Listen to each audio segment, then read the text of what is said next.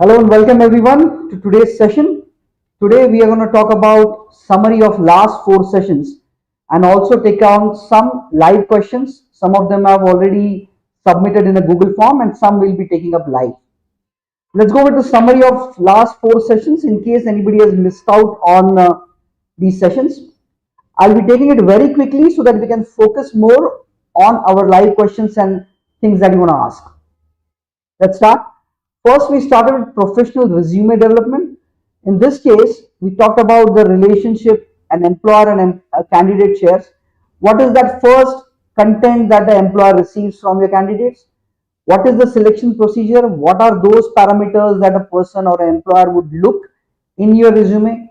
Then we talked about history of resumes, right from handwritten resumes to typewriters, computer printouts, photos, emails, video resumes, and online resumes. So this was a history that we talked about in that session. We also anticipated expectations of our employer and how and what we write in our resumes. How do we match those expectations corresponding to a role?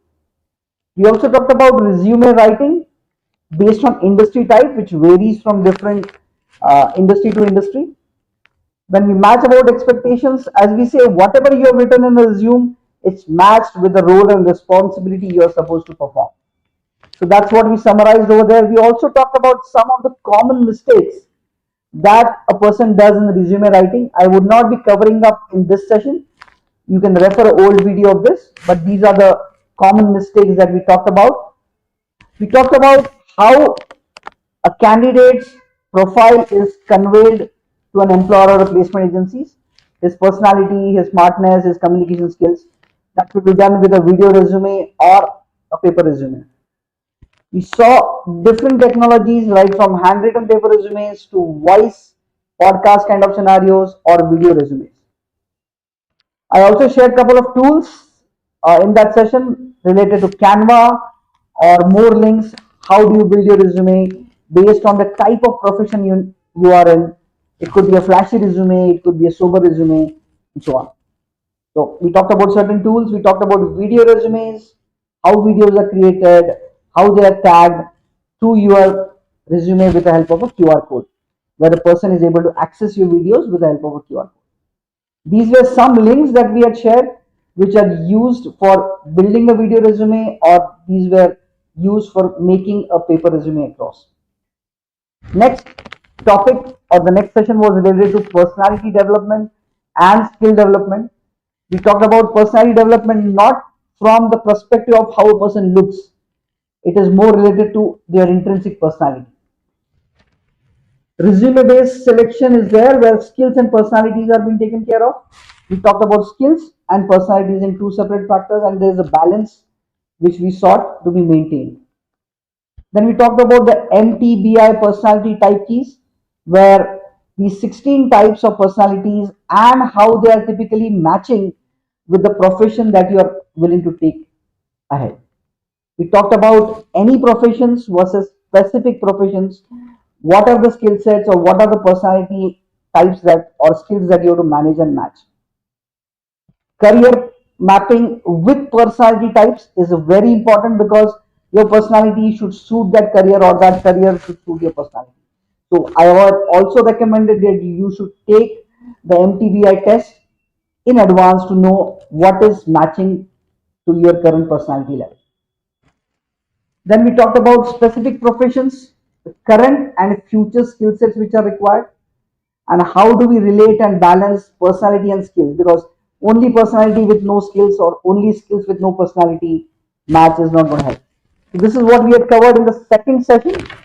Third session was related to group discussion, where we talked about how it starts, when it starts, and how it is to be taken ahead.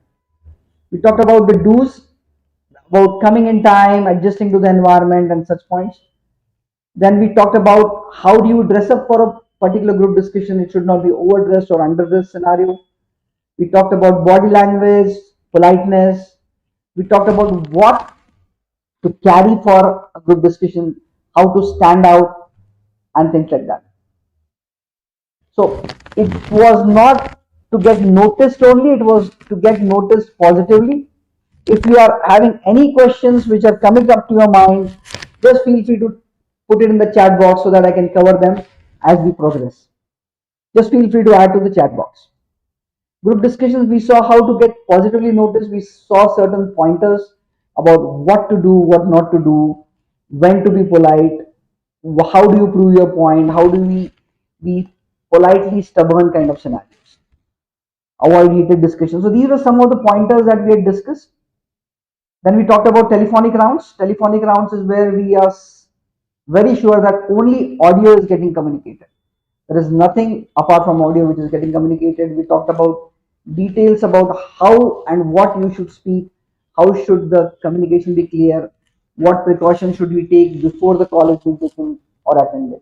So this is already covered.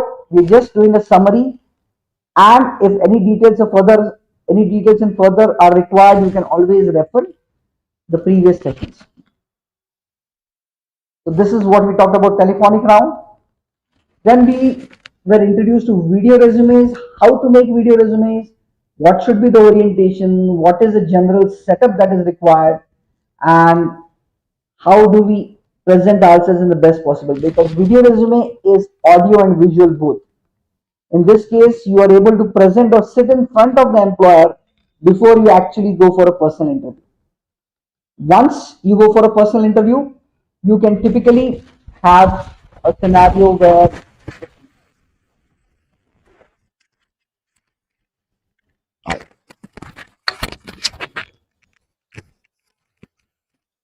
sorry, there was some mic issue. I think everything is okay now and I'm audible. Perfect. So if we see, we saw and talked about video resumes, how to make them at your place. You can also take advice from a professional or help from a studio. Post that, we talked about facing a personal interview, about what an interview is going to see apart from the resume and aptitude test which is seen beforehand. Talked about technical interviews and HR interviews. So this is what I'm covering in a fast track scenario where it's already been covered. You can refer the old videos, because I want to spend more time today on the questions that you would have. We also saw what type of questions will be asked, what will be the intent of those questions that the interviewer is asking you, and what should you be prepared of. We'll cover some of these points today also. So these are the slides where we talked about roles and responsibility in any scenario, in any interview. You need to know the roles and responsibilities very clearly, because everything is revolving around them. Any question that is being asked to you is just going to be around your roles and responsibilities, and answers should be always matching to those roles and responsibilities.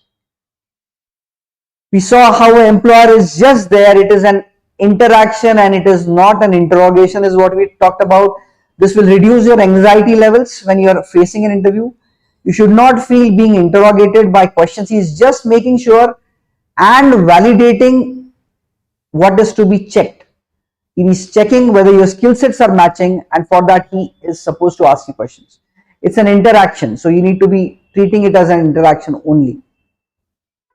We talked about understanding the question and why this question is asked. If you can focus on why and aim your answer towards it, I think it is very easy for you to crack the interview. Why of a question instead of what the question is going to play a very great role in your understanding as well as your answering of the question. We talked about understanding the selection procedure that has been happening till date. So your resume, whatever you have submitted, has to be the benchmark. Based on that, he's going to ask you. Your syllabus for your interview round is your resume and the roles and responsibilities of the job. It is not going to come anything apart from that. Anything out of topic is not going to be asked. It's your resume and the job description. That is what you'll be catering to when you join the company. So you don't have to be worried about an odd question being asked to you which is not relevant at all. We talked about making a first good impression out there, because that is where it starts. Whether you speak or not, whenever you enter the cabin, whenever you enter the interview room, it's going to start with, you're going to start with your smiling face, your appearance is going to talk, your facial dressing sense, and your body language. So these are the parameters which are communicating, which have started communicating before you actually start speaking to the interviewer. What to carry was asked. First thing is reach in time. Then we had made a detailed list of what to carry. These were explained in last session. Now ask questions to the employer wherein you need to ask relevant questions to him. So he should not get offended and things like that. We have covered this. Prepare your questions in advance was also covered. And always remember that there's a bi-directional need. As you need the job, the employer also needs you. So it has to be a match. It is never a one-sided thing. If it starts becoming one-sided, either the employer will start losing interest or you will start losing interest in the job. You need to cover a lasting impression as you leave that room, and that is what was covered in last sessions. Post that, as I've told you, just try to note down your questions. You can interact via the chat box. I can see the chat box and I can answer to your questions. There were some questions which were asked through the Google form that was provided to you. I'll read out those questions also, and I'll be very happy if you can ask any questions up now so that we can cover them. It's a time for interaction. Last 4 sessions where I was talking and you were just listening across, I would want to interact. That's where things are going to be more fruitful for both of us. So let me cover the first question. By the time you can put up your questions down in the chat box. The first question is asked by Mr. Paul, and his question is, I want to know the answer if an interviewer asks me my strengths and weaknesses. Now, my recommendation to this particular question would be, if he's asking your strengths and weaknesses, you need to go back a couple of slides and understand what is the role and responsibility you're going to perform. Once you have that in your mind, your strengths that you want to express out should be always focused towards the roles and responsibilities. Say, for example, you are performing a particular role, and if any of your strength is having a match, try to emphasize on that.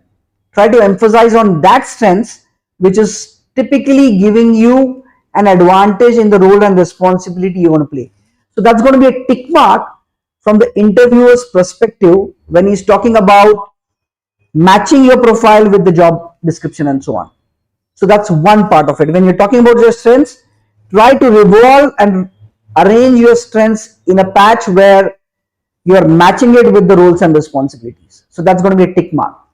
When it comes to weaknesses, now it is not that you have to be, very transparent about things, or you cannot get emotional in an interview. You need to tell your weaknesses, and you need to also share how you're working on the weaknesses to improve them.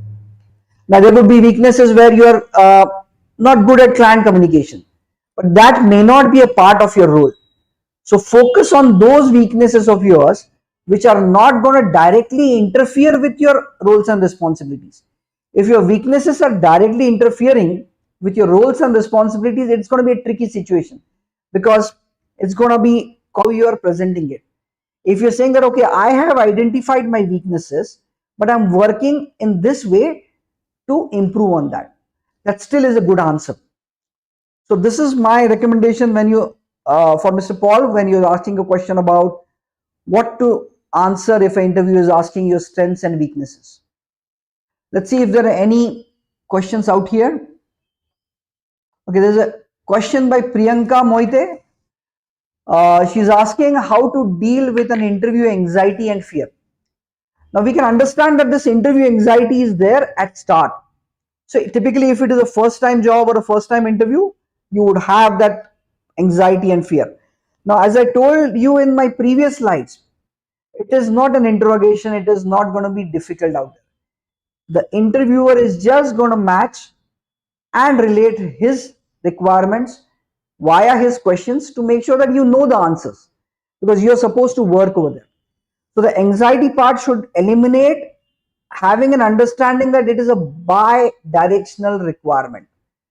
As you need the job, the employer also needs a potential candidate with the required skill sets. So it is not that a company is over here and you are over here. If the match will only happen if it is going to be bi-directionally requirement, bidirectional required out there. This is one important part that you have to remember. It is not that you are only required to give an interview to get a job. It is the company also which requires good candidates. Now, skills are very important. You're going to be asked about your skills, your knowledge, and that is what will help you crack the questions. If you're prepared with your resumes and with your job description of that particular profile, I think there will be no question which you cannot answer. That's what is very important. Let's go with the second question, which was via Google form. I want to this question is by Mr. Bhaiya Kamble. I want to ask how to concentrate on interviewers' questions, how to interact with them to get good opportunity. Now, the answer over here is you need to interact with them. You need to understand what role you're going to perform out there. And there is no right or wrong answer always. It's about how do you match your profile with the role. So we are talking about there's no right answer. So if you say what should I answer, it is completely on you. But how you answer is going to play a very important role. How the person is going to conceive your answer is going to play a very important role. So answering to a question about how do I focus on his questions, I've already said, do not focus on what the question is. Focus on why he's asking that question. If you can, trace out why he's asking that question, it will be easy for you to answer those questions across. So this question was by Mr. Bhaiya Kamble, and I hope I have given justice to answer it across. If you have any further questions, I'll be sharing my contact coordinates also. You can get in touch with me. Then we have some questions which is by, okay, just a minute. We'll scroll it down. Okay, by Snehal Patil, which is, sir, please can you tell me how to deal with salary negotiation? Okay, salary negotiation is a very it's an art. It is a skill when you're talking about. So, for example, in this case, the interviewer has already made up his mind, or the employer has already made up his mind that he would want to hire you. Now it comes as value for money. Now, what I mean by value for money is that if you are having a certain skill set, and if there are 2 to 3 people having a similar skill set, he will definitely try to save money for his company. At the same time, you can always argue, not argue in sense, we are talking about you can always contradict with the scenario that your existing package is XYZ, your expenses are so and so, and the value that you are going to add to the company is what is to be focused on. You need to always emphasize on value that you're going to add when you're trying to negotiate your salary. He is just going to give you a hiked salary based on your value that you're putting up or adding to the company. That's it. So that is what is to be taken care of. The next question is, what should be my answer for the question like, why are you switching your job within 2 years? Okay, why you are switching your job is a very common question. Every interview, this question would be asked. And I'm very happy that Abhijit Shinde has asked this question. When somebody is asking you about why you are switching your job, there are a couple of answers to it. Number one is it would be a case of relocation, that you or your family wishes to relocate to some place. That's one way of answering. Now, I'm not pointing or giving you clues to answer something. You have to answer the truth. It is not what your answer is, but it is how you are presenting that answer to him. Number two, you may change that particular job because you are seeing there is not much scope or there not much learning which is there that you are getting from that company or that particular role. So you're basically willing to change your job for enhancing your skill sets. That's a good answer because you are hungry for growth, you're hungry for knowledge. You can always share that I am looking for a switch for enhancing my job. That should be the case. If you're working in a company and you're feeling limited, there's a regular monotonous job which you're doing and it is not helping you grow as a person, as an individual into your skill sets, you can switch your job. I'll give you my example. Say, I was working in a company for around 3 to 4 years, good position. They were offering me a country director kind of option out there. When I quit, I always told them that let me move out, let me learn something new, and let me come back. That was a round that we had with my previous company. So that company, I was in the field of CAD CAM, PLM, product design. We were working on UGS platform, if somebody is aware, which is related to CAD model designing. So that's a particular type of software. I always had the hunger and vision to learn a new tech part of it, which was never being done in that company. So I would have restricted my knowledge to that particular software. So it was very transparent that I could talk to my previous company and say that let me learn something new, and possibly if there's an opportunity I'll come back, because the company was good, but I was limited by the technology part of it. Similarly, when you're going to a new company, the answer should be okay, there's a limitation for learning, and that is why I'm switching my job. There could be a third answer, which is that okay, that you have been working in this company for around 2 years and your expenses have increased, or you're looking for monetary gains, considering that your skill set has improved in last 2 years. So that is where your answer can be redirected, where there is no harm in asking money for an enhanced skill set. There's no harm in it.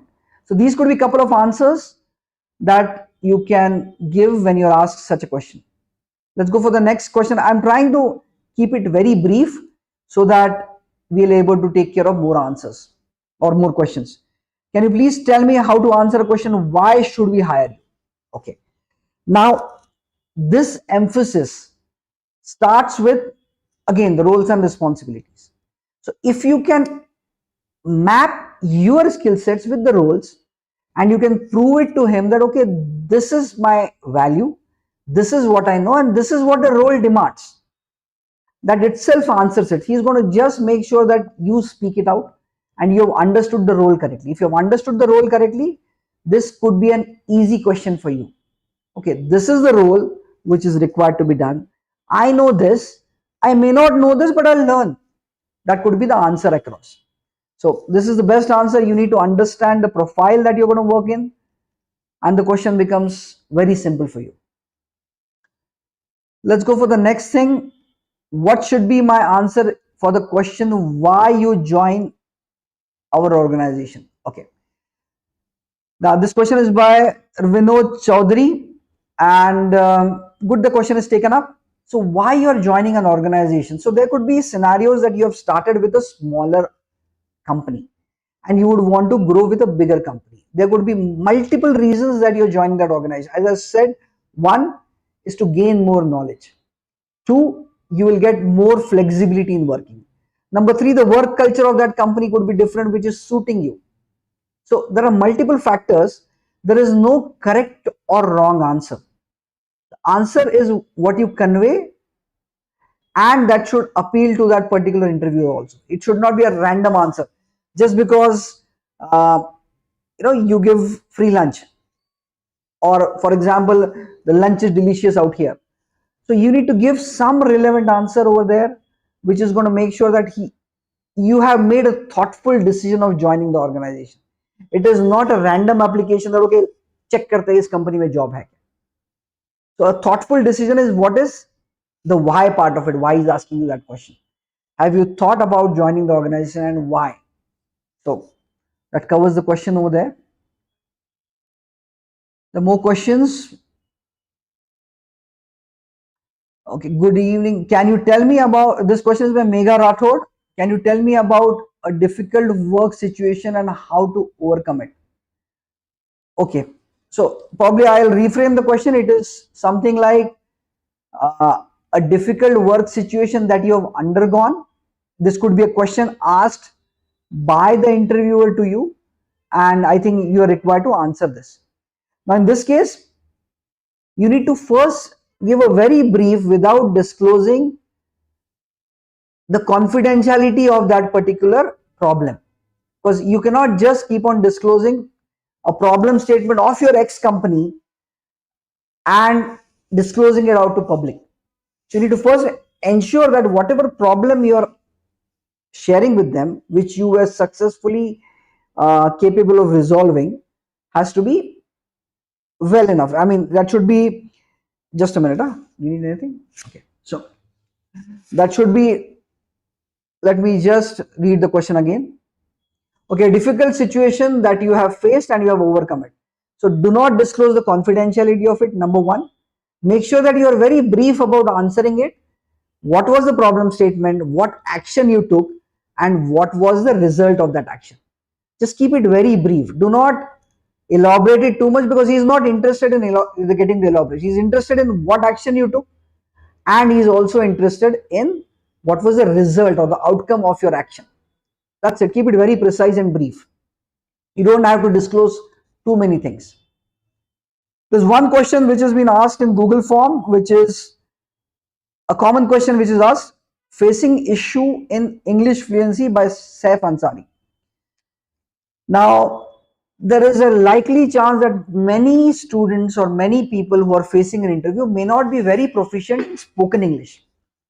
And that is not a bad thing or a good thing. So, for example, if somebody who's from a other nationality, let's say somebody is from Japan or any other country which is where English is not a very prominent language, may have a similar problem. They are going to judge and gain your knowledge. So apart from gauging your knowledge, the language is just a medium. If the interviewer is comfortable, you can always tell him, sir, my English is a little weak. Can I answer the same question in Hindi? Now, this ask is only to be done if your job or responsibility is not demanding English as a primary communication language. It does not mean that you are not able to understand English. It does not mean that you are not able to communicate in English, but it just means that you will be able to communicate better in a different language. Be very careful that English as a language should not be a part of your role and responsibility.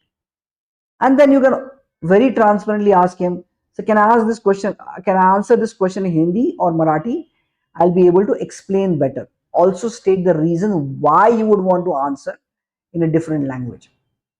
He would appreciate the fact, considering that English is not the requirement of the job position. If it is a requirement of job position, then surely you will have to go for a scenario where you have to enhance your skill sets. There's no bypass to it. So that would be the answer about answering in English and knowing English to communicate or not. Let's go by one more question which is online by Shriya Vaishnavi. I am switching to different industry after working in one for 5 years. What can I say about the reason for me switching after these many years? Okay. Now you have spent a good amount of time, which is around 5 years in a particular industry. This would be an obvious question. More than a question, it would be a scenario that you have spent a good amount of time gaining a particular skill set, gaining a particular knowledge set in a particular industry. The question is not about your past. The question is about your future. The question is such that, do you have sufficient skill sets which are required for the new job that you're switching to? Because 5 years you have been working into a different industry altogether. Now, when we're talking about industry, we're talking about industry with similar roles. Say, for example, if you're talking about sales and marketing, it could be same for an engineering industry. It could be similar for a software industry, because the main thread line, which is sales or marketing, is same. The product lineup is changing up. So the question is not about those 5 years, why you are switching. The question is about, are you competent enough for the next role that you're supposed to perform? Imagine that nothing matches between these 5 years and your new role. You have to make sure that this 5 years of complete minus is not affecting to the performance that you're going to give and deliver to the new company. So that would be required to be focused on, because 5 years is a decent time and you have to prove your skill set for your new role. One more question by Sunita Sharma. If I am unable to answer any question, then what should I do during the interview? Okay, it is not expected that you should answer each and every question. It is always good to pardon and tell very transparently that I may not know this answer. I will have to learn more. I have to gain more knowledge. At the same time, if the interviewer is comfortable to spend that time, you can quickly ask him, sir, can you please enlighten me with the with an answer to this. Now, that answer could be a technical answer. If he is not comfortable, you can skip it. You can learn through it in the next interview round. But it is okay to not know everything. It is never humanly possible to know everything. If somebody is asking me about space tech, I may not know that answer. And admitting it that I do not know, there is no shame in it or there is no minus in it. If he's asking you a relevant question which is suiting to your job description, and if you are not able to answer it, you need to seriously focus on your knowledge base and then appear for a fresh interview. It is not the only interview of your life. There are many more to come. Okay, we have got one more question by Vivek Sonavne. Can you please tell me how to answer what your strength and weakness SWOT analysis? Okay, I've answered a similar question by Mr. Paul. So I would just add to it in a way where emphasize on your strengths which are related to your profile and emphasize on your weaknesses which are not related to your profile. That's the best way of dodging that bullet or dodging that particular question. Don't be very frank, just make sure that you answer it to the point. We have discussed it in previous sessions also. Do not give more elaborate answers because he's going to find out something wrong in your answer and he's going to build on top of it. So do not exaggerate or elaborate on any question in specific. Okay, we have one question. What are best options to find job? Okay. Now there are different avenues, and if you are a computer literate, there are more avenues to find it across. Best scenarios are where there are job boards which are there. It could be a friend of yours working in a similar industry who would be aware of such scenarios. So job boards is one good place that you can find good jobs. If you are a LinkedIn user, it is always good to post with certain hashtags onto your LinkedIn profile that you are looking for a particular job and you are having a certain skill set. That hashtagging has to be perfect so that a relevant person having a relevant job could match it across. I don't always recommend that you find it via Google because there would be some stale jobs in Naukri.com or Monster.com sites. But always remember that if you can hashtag it on a social media site, a professional social media site like LinkedIn, it will be great because your colleagues would come to know about it. They can recommend you. They can always do a commenting for better reach kind of scenario, and that's where you're going to reach. My advice is try to build a strong LinkedIn profile. It's going to help you because the employer is not going to just go through your resume. If you go to stage 2 and stage 3, he's going to also follow how good you are at LinkedIn, how recommended you are, and things like that. So try to maintain a good professional profile. It's not just what you've written, it's what others are talking about you also, or the topics that you're interested in, or the comments that you're posting on particular posts and so on. That's going to build up your image further when he refers to your LinkedIn page and so. Okay, so let's go for a couple of more questions over here. How do I get a client site opening? Okay, when you're talking about going on site, it's a very specific role. On site means generally it is outside India, and there are people who are looking for an opportunity to travel abroad, and especially on a company profile. Now again, come to the basics part of it over here. The basic thing over here is you need to understand for going on site and for working over there, what is that role you're going to perform. Try to make sure that you are enhancing your skill sets corresponding to that role. I'll give you my example. I was around 21 years old, 21 years old. I joined a company which was in the field of CAD CAM PLM. There were seniors to me in this industry who were already working in this company. I joined the company, and after 1.5 months, I got an opportunity to travel to UK for the first time. Now you may ask that there are seniors in the company, and why do I get that chance or opportunity to go over there? Now that was not planned by me, that just happened. But why that happened is because there was a particular scenario where we had to build models, 3D models with CAD customization. And that particular role can only happen when you're on site. And I could build that proficiency that nobody else in my group was able to get it done. There were seniors who were able to guide me across, but the role was to be done online, on site. Couple of things as we discussed. English was good. It came to my favor, where the communication language in UK was English, and I was able to better communicate with the clients on Zoom calls or video calls that way. So that was couple of pointers. So always list in your company what is that role or responsibility that is to be performed on site, and that will get you a selection when somebody is looking forward to send someone on an on-site role or a different country altogether. Language, if you, let's say if your company is working with Japan or Germany, if you have a language proficiency, that will still add value, because people are going to say, okay, he knows Japanese, give him a, it gives you a slightly extra push, nothing else, but your knowledge is going to help more. Let's go for more questions over here. Question is by Abhijit Ruikar. Can you please tell me about how to answer when a HR asks where you do you see yourself 5 years from now? Common question. Now you can see what is the question. Try to analyze why is the question. There are 2 to 3 spread lines to it. So number one, he is trying to gauge and see that 5 years, will you be in this company? Would you have a mindset, or do you find that I will grow further and I'll leave the company? So understand the why part of it and target the answer to why. If you answer him in a scenario that if you're joining at a, let's say, a team leader position, and you can answer him like, okay, in next 5 years I would want to be a project manager in this company.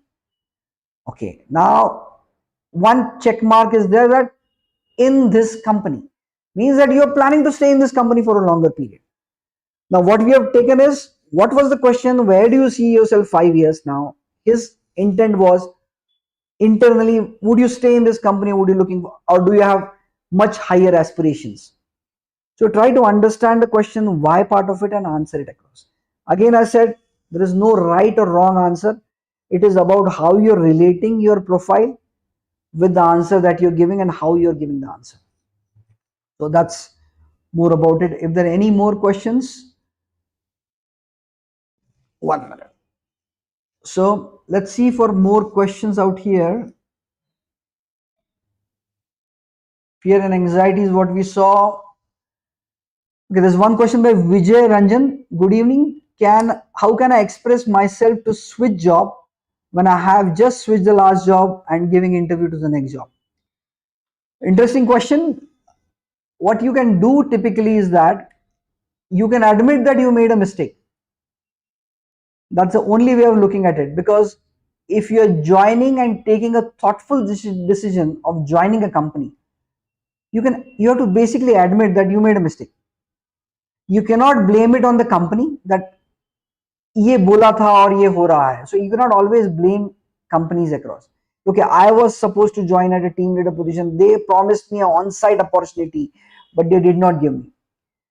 Try to accept that, okay, you were not able to gauge it correctly and you entered into a job agreement and you have started working. And now you're having a feeling that you may not be able to continue with that particular job. So accept, number one, that you made a wrong choice. After that, when you have accepted that you made a wrong choice, there is nothing that he could ask you further, because you already accepted. Again, the question is twofold. Try to understand the why part of it.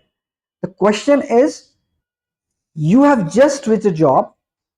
What is the likely possibility that you would do the same thing in this company also? Now you need to address that particular segment as well. One, you have addressed, I made a mistake in that company, I could not do. The question is bifold, where he is also trying to ask you why there is no possibility that yahan se tum dusra shift karoge. So that also has to be answered in the same answer, where you tell him that I have made a thoughtful decision by looking at the job profile XYZ ABC, so that he feels confident that this time you have taken a thoughtful decision of joining this company and you're confident and willing to work for a long-term period. So that's what you need to do. Just remain and understand the basics of it.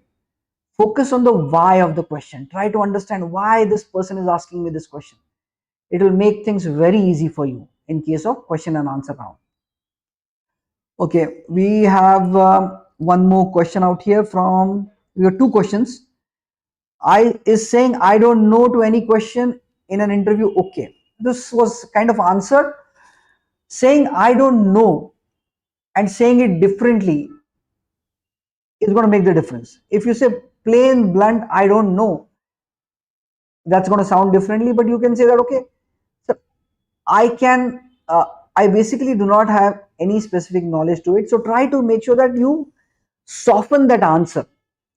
No, let's say if you're having a breakup and you would want to answer something because it is not working out, you're not going to answer no. You're going to explain the situation. Okay, I don't know this question because I probably have not worked in that department. I may have not got that particular experience or skill set, and I am working on to resolve this particular weakness or this particular segment of ours. So that could be the answer. We have one from Vivek Sonone, which is I am working in the same organization from back 7 years and still don't get promoted. How can I get promoted? Okay. Now there is a good scenario that you are willing to work in that company. Probably the work culture of that company is good and that is making you stick around. Now you need to understand why you are not getting promoted or who is getting promoted. Now there are 2 to 3 scenarios of why people get promoted.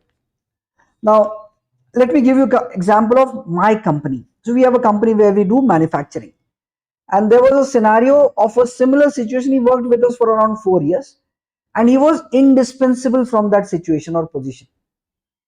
If you do a particular work that nobody else is able to do, you're going to stick around over there.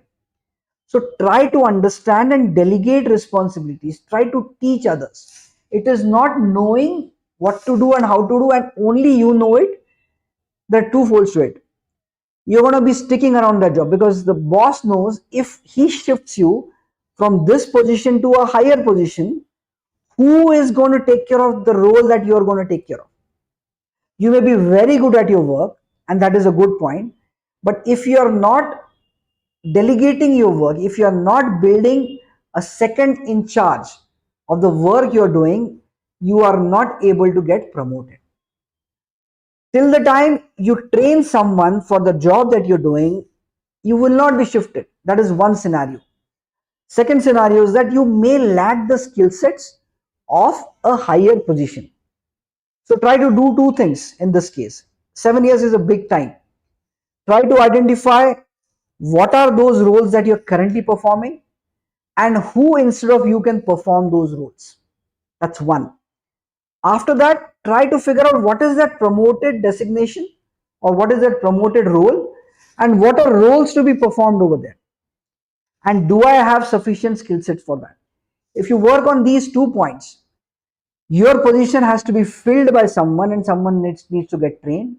You have to fill up some position for which you have to have sufficient training. If you address these 2 points, I think things can turn very fast. Next March, wish you best of the luck that you will get promoted. Just work on these 2 points. Try to fit in someone in your position and try to gain skill sets to fit into a higher position. Try to know what that role or responsibility at a higher promoted position demands. Give it one question out here. How to respond when you are asked to answer of some out of resume questions. This generally would not happen with an educated interviewer out there. He would not ask you out of resume questions. The questions would be more related to your resume or the job profile. If the job profile requires a particular question to be asked, he will ask you. There is a likely possibility that you may or may not know that answer, and it is still okay. You may not know that answer is okay, but in your resume, if something is asked, you have to answer that. So job profile you may not know because it is a different company altogether. They may have certain different processes which in your previous company may not have been followed.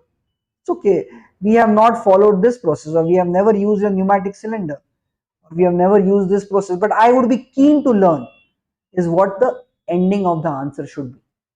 That's what you can typically answer it out. Are there any more questions out here? Okay, Can you please tell me how to answer the question? Tell me about a time you made a mistake. Okay, generally won't be asked, it would be asked from a angle of HR or psychometric scenario, where they're going to check how you handle situations which make you uncomfortable. So again, in this question, try to understand the why part of it. Why is this question asked? The question is not asked to know what mistake you did and what was it. The question is asked to you, how did you handle an uncomfortable situation when you made a mistake, or what was that circumstance that you made a mistake. So the why part of it, if you've understood it, I think the answer is very simple. You need not focus on detailing the mistake, you need to focus on how you can avoid the mistake in future. That's a learning to you. So try to revolve your answer in how do I avoid this question. So that would ease out the situation where your focus on the mistake is gone and shifted to your learning from that mistake. That is what is important. So you got any other questions out here? Let me see if there's anything missed out. Facing interviews, English fluency is there. I think we have covered the questions which were given online. If there are any questions out here, let's try to see. This was asked, can I express myself to switch? Okay, is there any other questions? Just feel free to ask. I think we are out of questions, so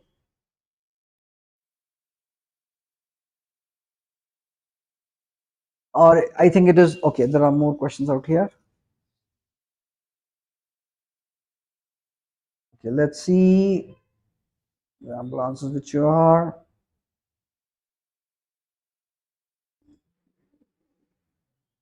Salary expectation is covered. What should I mention in my CV? Okay. There's one question by Vikas Rahale. I have 13 years of experience. What should I mention in my CV? Good question. Now, what should you mention in your CV is completely related to what that particular job profile demands. You have a 13 years of long experience. Now you need to try to emphasize on those pointers or those experiences out of these 13 years which are matching with your new profile. So that's where it's going to make more sense. So try to highlight those points into your new profile out there. So that's more important to be taken care of. So this is typically it. If there are any questions, or should we end it across? What I'll do is that I will just share with you, just change the screen. You can correct me on LinkedIn. I am very friendly to communicate across. If you have any questions that I have missed out in this reading, there's a limited time of around 40 minutes, 45 minutes or so. I would be more than happy to assist you in any of your questions that you have, and wish you all the best for your career, and take care. Thank you.